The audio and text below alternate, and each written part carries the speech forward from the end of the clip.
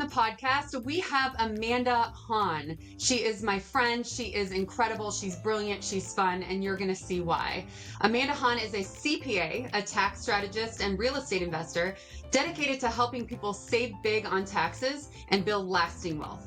As co-author of the best-selling book, Tax Strategies for the Savvy Real Estate Investor, Amanda specializes in maximizing tax write-offs, setting up legal entities, and unlocking tax-efficient ways to invest through 401ks and other vehicles. She has been featured on Forbes, Money Magazine, CNBC's Smart Money Talk Radio. She talks at Google, and Bigger Pockets. With a passion for education and empowerment, Amanda has helped thousands of investors, including yours truly, nationwide, take control of their money and grow their real estate portfolios. I am certain that you will enjoy our time with Amanda.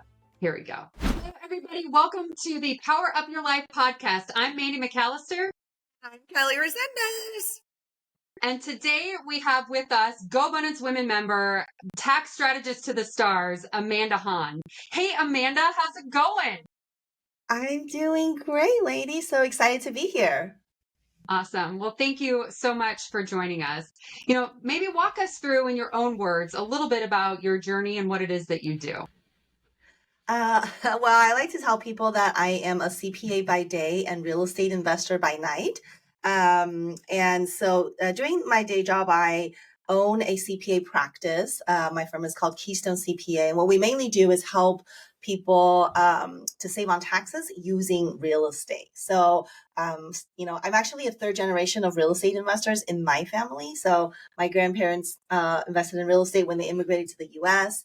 My parents dabbled in it. And I actually thought I would never buy real estate because I grew up with very hands-on parents and grandparents who were landlords. So I really didn't want to do any of that stuff, just the traditional, go to college, get a degree and get a good job, which is what I did. And I guess life takes you down different paths than what you think you want to be when you grow up as a little girl. Isn't that hilarious? You've got this whole plan, and then you learn what you learn. You do what your parents do. You don't do what they tell you to do sometimes, right? So, one thing that I love about you, and I get to work with Keystone, so it's the thinking in the long game, and so much of thinking in the long game. There are times along the way that you end up getting stuck. And that feeling of being stuck, it's not uncommon to any entrepreneur. I'm very curious, when you feel stuck, what's something you do actionable that helps you get unstuck? Oh my goodness. Gosh, feeling stuck. I think for me that happens probably weekly, if not daily, right? There's always something. If I'm unstuck, that means I feel like I'm not moving forward. So there's always something going on. I think a lot of entrepreneurs can probably relate. But for me, I think it's really just, I don't know if the word is obsession, but if there's a problem, I sort of obsessively think about different solutions and kind of just start tweaking things to see what will work. My husband sometimes is yelling at me like, what are you doing? It's like just Saturday night before Mother's Day, I was up until 3 a.m. because I had a problem that I found with our CRM system. And I was like, I have to get unstuck and figure out how this all works and how to resolve it. But it becomes kind of fun for me. It's almost like, if I'm stuck somewhere, then I'm kind of putting together the puzzle pieces. Sort of like escape room, if you will, put together all the pieces and then try to break out of jail. So stuck is a good thing. Is that what you're saying? Yeah, I guess, when I hear the word stuck, I kind of relate that to problem, right? And so when you identify a problem, then you try to fix it and it just becomes better naturally. Yeah, definitely. What would you say? With all of your experience that's out there right now, what would you say, as you work with entrepreneurs, investors, everyone, is the number one mistake that most people make? That once you connect with them, that you're like, man, I wish you would have found me earlier. I'm sure there's so many different types of mistakes that entrepreneurs and investors make, but specifically with respect to what I do, which is helping people to plan around their finances and how to save on money, how to best utilize their money. I think the biggest mistake when people come to me is just not really paying attention to all of that stuff. I think for entrepreneurs, we're all really good at growing the business, right? Scaling and hiring and marketing and sales and all the different hats. A lot of times, unfortunately, finance typically sort of takes a back seat. I think most people are kind of like, well, I got money in the bank account, so I must be doing really well. Yeah. But I think it's really important to understand too, it's not just about making money, but how do we protect it, from taxes, from liabilities, and then also just as importantly, how do we grow it instead of just, I have a lot of money, so now I'm just going to spend it and better vacations, better cars, but to really think about whether the money is working for us. Yeah. Mm. I mean, I think a lot of people can make a lot of money, but to build wealth is a totally different decision, right? And so you've probably seen a lot of people make a lot of money, spend a lot of money, and not have anything to show for it. Yeah, it's really interesting that you say that because I just the other day I was thinking I have a client who makes a couple $1,000,000 a year. But asset wise, they really don't have much. And they struggle to pay their tax bill. And they were like, Amanda, how can I owe this tax when I don't have any money? And it's like, well, because you spent it on things instead of invest them on things, right? Versus I have another client who's a couple, they're retired. They used to be principals, separately, husband and wife, different schools. And they're now retired. And, they didn't make millions of dollars when they were working, for the government. But now they have a handful of multifamily apartments. And they're doing super well. They take their grandkids out all the time for these amazing trips. So I think it's not about how much money you make. It's about how you handle your finances and how they're growing for you. I think that's a really great example. Yeah. It's not what you make, it's what you keep. And you can absolutely live paycheck to paycheck on a $2 million a year income. It's just the Yep. choices that you make. You Yeah. have this vantage point of sitting and getting to see the real. Because in the world of real estate investing and otherwise, people can represent that they've got a lot and maybe they don't have a lot, right? So you know the real of people's finances. In terms of those who have scaled businesses, who have scaled their investment portfolio in a way that's really sustainable, in a way that's really productive, and in your own investments, tell me a couple of things that you see as patterns when people scale well. What do they do?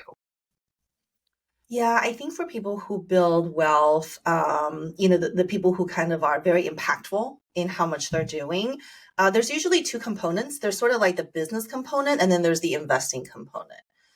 So the example might be somebody who, has a profitable business, even not real estate related, right? So they have a profitable business that then generates the income and the cash flow, which then allows them to feed or build their real estate portfolio. That, as you guys know, then just appreciates and cash flows and builds wealth from there. Or we have clients who like their business might be real estate related. Those are kind of what I call the sweet spot. So I am a real estate investor.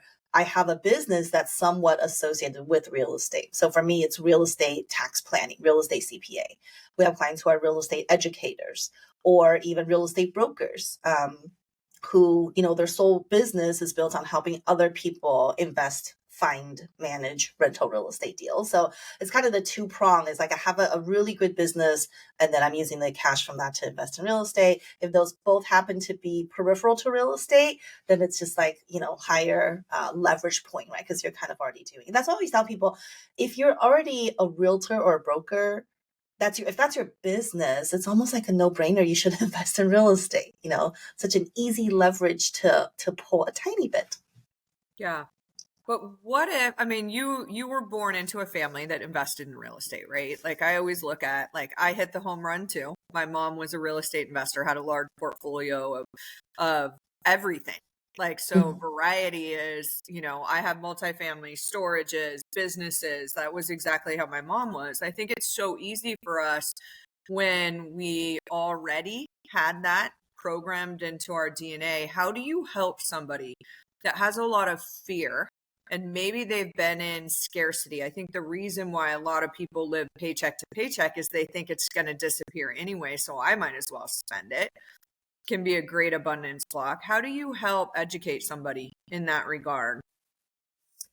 Yeah, it's interesting. I think you're absolutely. I think you're absolutely right, Kelly. In that, the vantage point. A vantage point for me was growing up with a family, 3 generations of investors and entrepreneurs. So I heard that a lot growing up. Like I said earlier, I did not want to invest in real estate because my grandparents and my parents are very hands-on. Like I grew up living in the same condo complex where my grandparents were the landlord. So I was kind of like the landlord's kid, and nobody likes the landlord's kid. Because my grandparents are immigrants, they didn't really speak very good English. So me at 8 years old, I had to go knock on doors and collect rent. So you can imagine people did not like me. And that's why I did not want to do real estate in the beginning, because I thought that's what it had to be like, like very hands-on. And for me now, my portfolio, my husband and I, we never go look at properties, never knock on a door. Like we don't do any of that stuff. But I think for people who have fear, I mean, the best way to overcome fear is to get knowledge, right? I mean, for me, from the numbers side, like, okay, you can pay attention to all the scare tactics you see in the media about interest rates and inflation and, depression's coming. But if you really can understand the numbers behind real estate or even starting a business, if you understand it, then you feel safer. Like, what's the worst case scenario? Can I sustain something in the worst case scenario? So we make a more informed decision rather than just what my cousin's friend who's never owned real estate is telling me about the market. Yeah. But I also think community, if and that's what I love about GoBundance, right? It's like if you are unsure, you're in a community of people who are doing the things you want to do, and then you see that in action, and you're like, oh, if they can do it, I can as well, because Mandy looks like a normal person that I went to high school with, and she, is able. I think you're much younger than me, but anyway, so it's like, well, if she can do it, I can do kind of the same thing. So I think that's super important too for those who, weren't as blessed to grow up with a family of entrepreneurs and investors. You can seek out that group.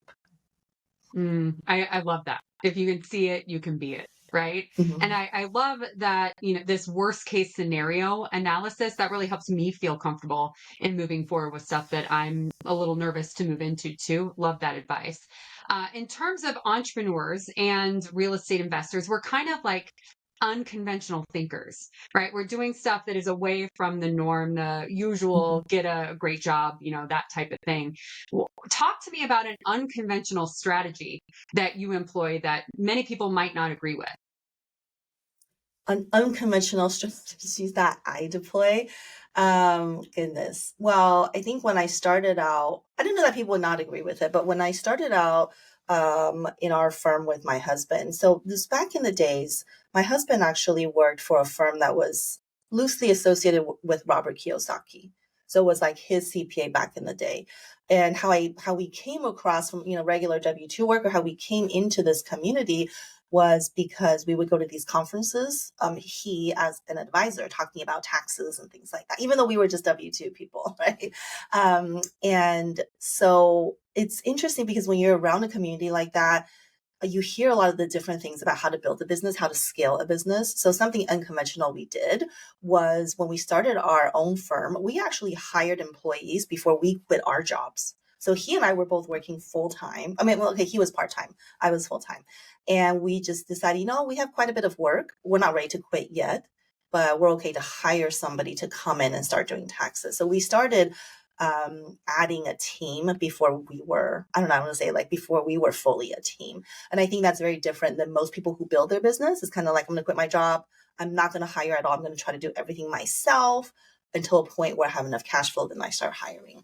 And I think that was really unique for us to do. And I really loved it because looking back, we hired our first tax person, we hired a bookkeeper, we hired a salesperson before we fully quit our job. And we really had to make things work because there was salary. We had to be responsible for other people. So I think that actually helped us to scale because we forced ourselves to be indebted to paying salary for other people. Yeah, Amanda, that's amazing advice, because one of the challenges with people becoming entrepreneurs is a lot of times they get into scarcity and then they end up, getting afraid and they get out. But you were being really thoughtful of staying in abundance. You had the income coming in that you'd be able to allocate in a way and be able to do that. And so I think that's where a lot of people lose patience, right? Is that they want something too quickly. And go all in and then end up, failing. So Yeah, and I mean, I think it's maybe easier for me to say because I'm an accountant, right? But for me, it just comes down to the numbers. Like worst case scenario, my husband Matt and I could just keep working full time, and we know what the income we make there. And some clients, we can still sustain the payroll of the people we hire, so it's less scary. And for people who, yeah, I mean, I don't recommend. I know there's a lot of people who say, "Oh, I'm going to quit my job and do real estate full time or build a business full time." A lot of times it's like, well, let's look at the numbers. Are you comfortable with that risk and what does worst case scenario look like? And then go from there. Absolutely. I got to be with Mandy on that journey. She's in my pod. And this was even before we took ownership of GoBundance. And she kind of had that forward date, right? It was, Mandy, was it 2 years in the future when you first Yeah, started? Of exactly. being able to build and whatnot and make that methodical decision. Because when we look at business failures, there's just so many of them, right? Where somebody has tried to do it and then they go back and I think they suffer. So, one of the big questions I have right now, there are a lot of syndication deals, which is, it sounds like you're more of a passive investor, right? You want to put money into deals that are going sideways right now, like a lot of them. And there's a lot of fear around it and people are losing money. Like, how do you see that shaping the future of investing? Because I know even for myself, I've generously donated a lot of money into the universe in the last few years because I've had syndication people that have not done a great job of Yeah. running the worst case scenario. I think they went best case scenario and now here we are, right? Like, how do Yeah. you see that shaping the future? You know, one of, so in our own portfolio, and I define our own portfolio as like the non-syndication stuff, historically has done well. I think partly because we're in control of those, right? We can make decisions pretty quickly, buy, sell, new management company, and things like that. But you're right. In the past couple of years, since we've had kids, we're building the business. More of our capital have been deployed into passive syndications, and for me, it was a form of leverage. I know I myself was not going to go out and get an apartment building, so a syndicator, a client who I trust, is able to do better than what I would. Naturally speaking, one of my very first deals in a syndication, believe it or not, was something that failed. I used my 401k money and it just went away completely in a syndication. So I always tell clients, when you invest in syndications, you have to do due diligence on the sponsor team. It's not just about the deal, it's about the decision makers and Yep. whether they will make the right decisions for the group collectively. So I'm a big proponent of that. And so thankfully, even though a lot of the deals I've invested in haven't performed well as expected, but the sponsors have really taken a lot of I don't want to say personal risk, but personal attention to making sure we minimize whatever the loss might be, right? Still try to rectify things so it's good for the investor group as a whole. I think those things probably won't change. It's just a matter of when you invest in anything, there's risks involved. I have a client who's a syndicator who has told me that he wants to bear 100% of the loss as the deal. And I told him that's not actually the right thing to do because all of us as investors, that is an investment. Sometimes it does well, sometimes it doesn't. And so it's really just, again, making sure you have the right team and the right person. Yeah. There's a lot of talk right now about failing syndications, but there's also a lot of talk about how do you take advantage of those deals that are failing, right? So whenever there's something bad, there's obviously an opportunity, kind of like we started today's conversations with, right?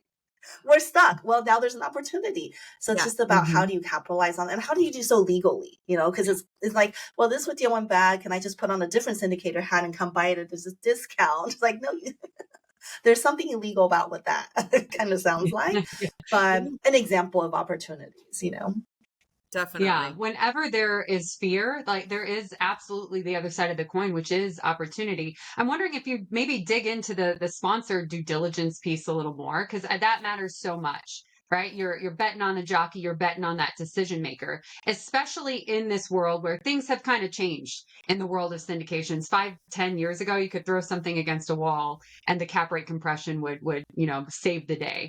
What are some Mhm. things personally that you do? Maybe one or two things when it comes Yeah. to due diligence on sponsors that's an imperative for you.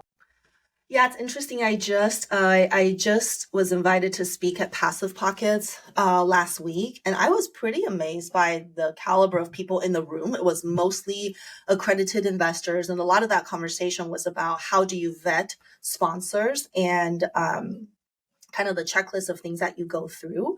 I mean, at a baseline, you want to just check their previous performances, right? So John Smith and fraud, John Smith and complaints, John Smith and SEC. I also would want to look, sponsors often, they kind of have a team that they put in their PPM. This is their team of people.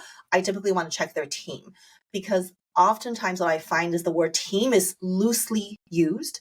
For example, somebody might say, "Oh, this amazing person who was the founder of XYZ company is on my team," but they're actually just like an outside advisor, right? They're not actually part of the management team. So I want to dig in and kind of find out exactly who are the decision makers, who's actually part of the deal versus who's actually just an outside advisor. And then something I always want to compare to is this specific deal I'm looking at, is that part of their wheelhouse? So an example might be, we have John Smith here who does a lot in mobile home parks. But this next deal I'm looking at with him is actually a multifamily deal. So I'd want to know how many multifamily has he done? Because that is a little bit different.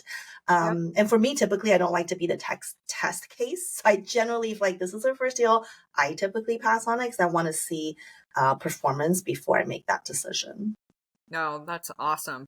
So what's one piece of advice? Like if you had to give to an entrepreneur, because you're both, right? You're an entrepreneur and a real estate investor. And I think that is an amazing combination from like building wealth, right? I think we know that to be true. But like what one piece of advice would you give to a business owner out there right now that's listening, that wants to scale their business? Because you've done that. I mean, you have an amazing business. Like you have built, like you are the authority figure in tax strategy, right? So like what piece of advice would you give them? Oh my goodness. I think one piece of advice is be an expert, right? Be the authority. It's very difficult when we started our firm, right before the last real estate crash. So you can imagine, right? Start a real estate CPA when everyone is going into foreclosure. Claim to be a real estate CPA when nobody's doing that. It sort of seems crazy. But when you really specialize in something, you become the expert and you just learn things that most people don't know. And when you do that, you're kind of in a league of your own, right? You command your own type of clients. Like we're so fortunate we get to choose who we want to work with. We don't have to work with people who are unpleasant. And you get to charge the prices that you're worth. So I think in anything, it's maybe twofold. It's really finding something you love, you're good at, and you're passionate about. Because I mean, you guys know as entrepreneurs, we don't work 40 hours a week. We work a lot more. But it doesn't seem like work, right? A lot of times it seems like fun. It's an obsession. It's really fun. You're solving a problem. You're building and scaling something. But I think it kind of goes hand in hand. You love it. You do more of it. You become an expert, and it kind of just the flywheel, right? Yeah, Love absolutely. that. Kelly, I have heard so many things from Amanda that I absolutely loved. My notes that I've taken while we've been talking here, Amanda, the sponsorship due diligence. I think that's so incredibly important. And lots of the best entrepreneurs that we've talked to, they also have hired ahead of the curve. It sounds like you did that with Keystone, and that's something that I've seen as a pattern with a bunch of other successful entrepreneurs. And that sweet spot of a real estate adjacent business that's the flywheel for the wealth building. What about you, Cal? Biggest takeaway for me is just we all have fear, but knowledge and really getting an expert like Amanda on the case with you to be able to determine like, how do I really build wealth? Because I don't want to just be somebody that earns high income. I want to be thoughtful about my future has been the greatest thing. So Amanda, you have been an amazing guest. How can all of our listeners get a hold of you? Well, my company is called Keystone CPA. So a ton of free goodies on our website. But if you're looking for daily tax tips, I am mostly found on Instagram as Amanda Han CPA. Which is always great. You have been an awesome guest. Thank you so much. If you've loved this episode, share it. The Power Up Your Life podcast, sponsored by GoBundance Women.